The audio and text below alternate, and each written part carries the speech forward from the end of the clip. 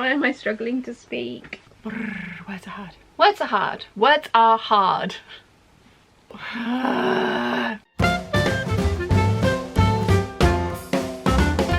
Hey peeps, welcome to another video. Today we're talking about these geeky sweaters. Okay, it looks like we're talking about this one first. This is actually the last sweater that I made. The jumping off point for all of these sweaters were the jersey lycra, cotton lycra panels that I got from Made Whimsy. I found the shop and they still have a couple of the labyrinth panels left. They don't have any more Tyrian, I'm afraid, but they do have some Dirty Dancing ones and some, yeah, I will list the shop in the description down below. Thank you very much to the peep that told me about Made Whimsy and introduced me to these panels. This is the Misusu stereo sweater. There are lots of different options for the sleeves. You can have this stripe going all the way down. You can have the stripe as we've done it here. You can have balloon sleeves with an elasticated cuff, but you can have an elasticated bottom at the waistband as well. There is different lengths of this sweater. So for a £10 pattern, I do think it's very versatile. They've also got some brilliant hacks on their website, including making this into a zip-up hoodie, which I am very interested in. Very interested in. I love this. I think this is my favourite out of all of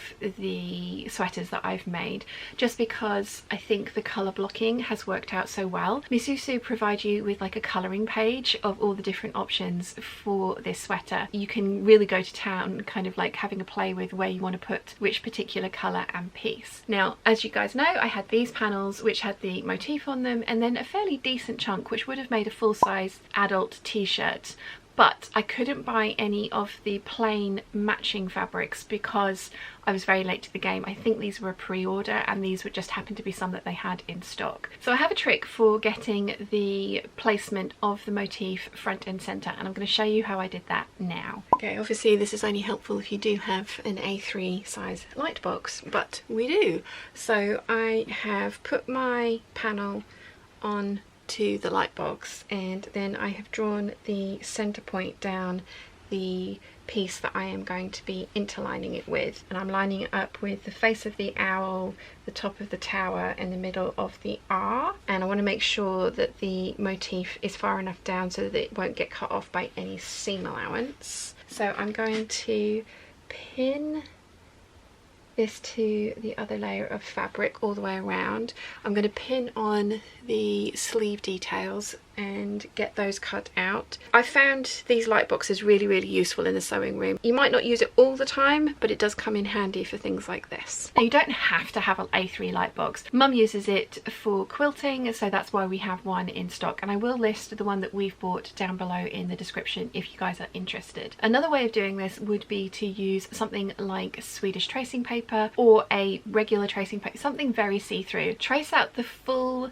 front panel rather than just the cut on the fold, because I do find when I have something like this, I prefer to cut it out flat rather than on the fold. I find it just is much more accurate. I'm also really glad that I backed this with French terry. The inside of this has got a layer of white French terry on it, and I went for white just because I had enough of it, and also I didn't want any of the darker colours, this navy or the grey, to show through the lighter portions of the panels that I was using. So these stripes, gradient stripes, were from these pieces sort of here, and I really like how they've come out. They're not identical. The panel itself didn't have like it wasn't mirrored, it was different kind of patches everywhere. I have got the entire bottom of this panel still in my stash, and I have put it into my lingerie making stash because it's a really nice cotton lycra, so it would be really good for that kind of thing. This definitely reminds me of very kind of like 80s sportswear, you know, like the shell suits and things with the panels, the coloured panels in it. Or I think I put in the waffle 80s style, you know, Olympic game wear, like except geeky. But yeah, I think this is absolutely gorgeous. I am going to make the waistband slightly tighter for the next one. It's just my preference. As I say, this pattern does come with the option to add in a channel and put elastic around the bottom, and whilst I like that, I do prefer the look of a waistband. So I think what I will do is just make the waistband a little bit smaller, because this one fitted the bottom of the sweatshirt perfectly. The other two I've had to kind of, one of them I gathered and the other one I just stretched the waistband out to kind of like cinch the fabric in. I think that's what I'm going to do with this one when I do make another one of these, because I definitely will. The instructions for this are really good, really good. They go into lots of detail for different fitting adjustments that you can make to this pattern to make it work for you. I found the instructions really clear, and it was a really easy make. It did take me a little longer than my usual, can I make my jumper in an hour? But there are more moving parts to this one, so that doesn't surprise me. Yeah, I think you can tell. I love it. I'm very happy with this one. I traced a straight size EE. They do have a size chart at the beginning of the pattern and how to measure yourself and which pieces to use depending on your bust size, whether you need to use the full bust piece, which they've already done the adjustment for you, or the regular piece. I went for the regular piece. I was at the like upper edge of like having to use the full bust adjustment piece, but with the oversized nature of this, I think this has come out really well. So very happy with this one. It's nice and snuggly French terry from Lily and Mimi, who is one of my favorite places to get plain French. They also have some amazing prints. I have to restrain myself. I have enough printed jersey to be getting through, but yeah, Lily and Mimi is where I got all of the solid French terry as well, so the white, the navy, and also the grey, which you will see. So Misusu stereo sweater, love it, will make more, want to make the zip up version, love that too. Let's move on to the next sweater. I think my hair is getting progressively crazier as we go through the jumpers. So this is the Schnittchen Patterns Sue jumper. I have got that right. This pattern and the next one came from the very lovely Dilek. They're from Schnittchen Patterns, and they were part of the, or one of the KB Christmas pattern swaps that I used to run. I have made these before in very similar colours actually. It was white, turquoise and tan and black. I made the pattern as is with the high-low hem, and I just didn't like it on me. And again, there's nothing to say that this is a great pattern. There is nothing wrong with this pattern. It just wasn't for me as was. I prefer my jumpers to be cropped at my waist because I have such a large difference between my hips and my waist. I want to show that off, and for this pattern to fit me as it was drafted, I had to go for a size that would skim at my hips, and it ended up just being really large on me. It wasn't my favourite, and I think quite a few other people didn't particularly like it either. There were some comments on these patterns. So they've been sat in my pattern stash for a very long time. It was during a hangout with the Peeps when I was trying to dig out all my geeky fabrics. I dug out these panels that I got from Made Whimsy, and as I say, I had no idea what to do with them. I just bought them because they're amazing. I should have just bought the 2 labyrinth ones, but Tyrian was so cool that I couldn't leave Tyrian there. We were sitting and chatting with the Peeps, and we decided that using the panel in a sweatshirt and bringing or using different colours from the panel to tie it in would be a really good way of using it, because as I say, the panels themselves weren't enough to make an item of clothing with that I would have worn. I loved the idea. I knew I had these sweater patterns, and just, you know, put these aside for October, because October is spooky month, and for me that kind of also translated into geeky. I'm not sure how that happened, but I decided that they were going to be part of my October sewing. During the last hangout on Sunday, I shortened both the Sue and the Catrin pattern with the Peeps, and mistakes were made. I completely forgot when I was shortening this jumper that there was a yoke. I knew there was a yoke, I had the pattern in front of me, I could see that there was a yoke, but no, I measured from here to the waistband. I was kind of surprised because I ended up only having to chop off a little bit off the back and nothing off the front.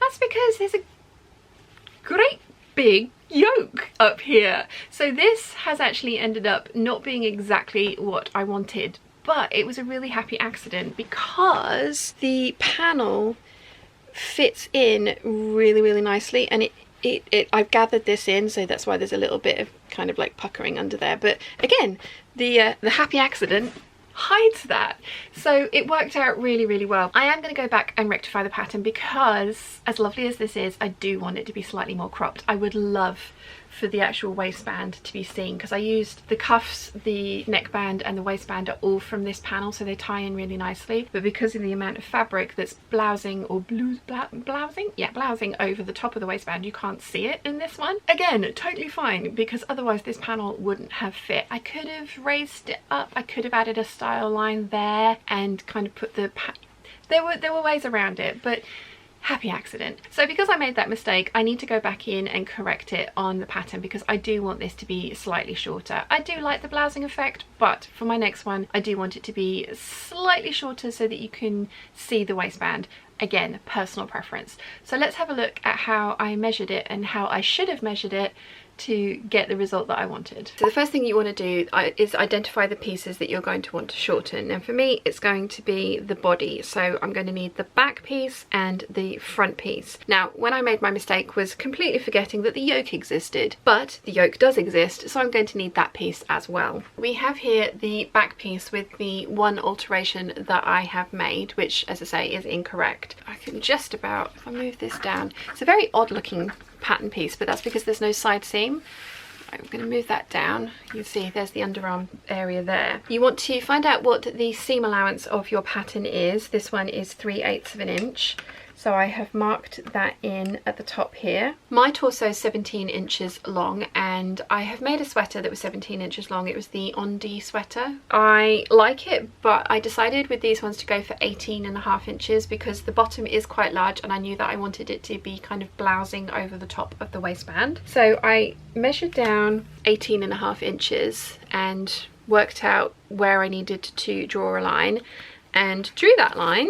I can't get the camera back far enough, I'm sorry. So there's 18 inches, there's 18.5. I decided that still looked quite long, so I made an executive decision that I was going to cut this bottom piece off of the back from the notch here, which is the side seam. So I drew a perpendicular line from this cut on the fold line and trimmed off the bottom of the pattern, which I'm glad I kept because I get to show you this bit. As I mentioned, this is incorrect because we need to take into account that there is a yoke. So we need to do the same thing with this one.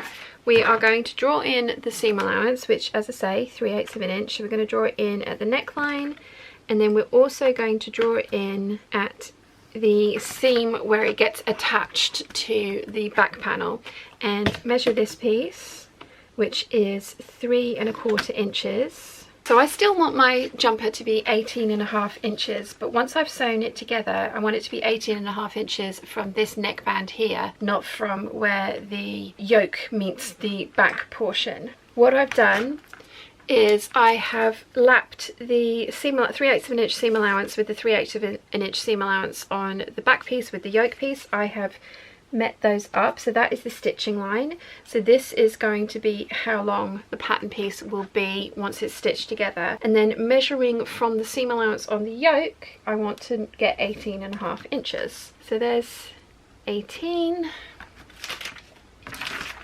And put this to the yoke to the side now, and then that's the ½ inch place there. So again, I am going to draw a line perpendicular from the cut on the fold line, and I'm going to draw straight across. Now when I did the first alteration, the front piece actually didn't need to be altered at all because I was only trimming off that little back bit. Again, I got that wrong, so I do need to trim off some of the front so that it will match up with the back. So what I've done is I have put the notches together here on the front, and I'm going to make sure this is nice and flat, and then put in a little mark where the back bit that I'm going to trim off meets up with the front piece, and then perpendicular from the cut on the fold on the front line, I am going to draw a line over there. So I'm going to cut those pieces off, and then that will be the alterations done to this pattern.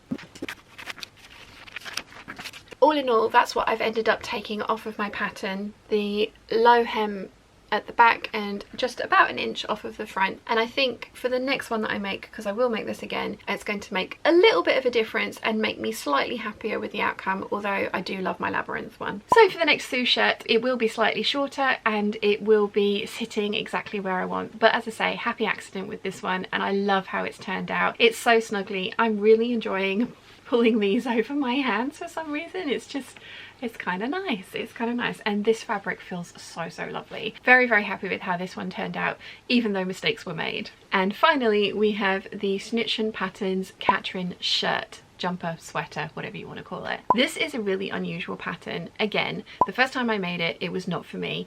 The longer high-low hem over my hips with no kind of shaping in it just made me look like a giant rectangle, and I do go in at the waist, and I like to show that off, and I know I say that every time. I loved this pattern. Again, it was part of my KB pattern swap from the lovely Dilek, so thank you Dilek for both of them. I knew that I would prefer this if it was cropped and cinched at my waist, so I went about cropping it in the same manner that I did with the Sue shirt that I've just shown you. Obviously this one didn't have the yoke, so I got this one spot on first time, which was nice. This is a really unusual construction. It has like a semicircular underarm piece with what is essentially a dart in it that you sew at the underarm seam together with, and it just gives it a little bit of extra shaping. The instructions for this one are literally just photographs on the website, and they aren't the clearest. So if anyone is interested, I would be up for doing a sew along with this pattern in the future, because I can see myself making more of these. I usually prefer much more fitted cropped jumpers, as you guys know,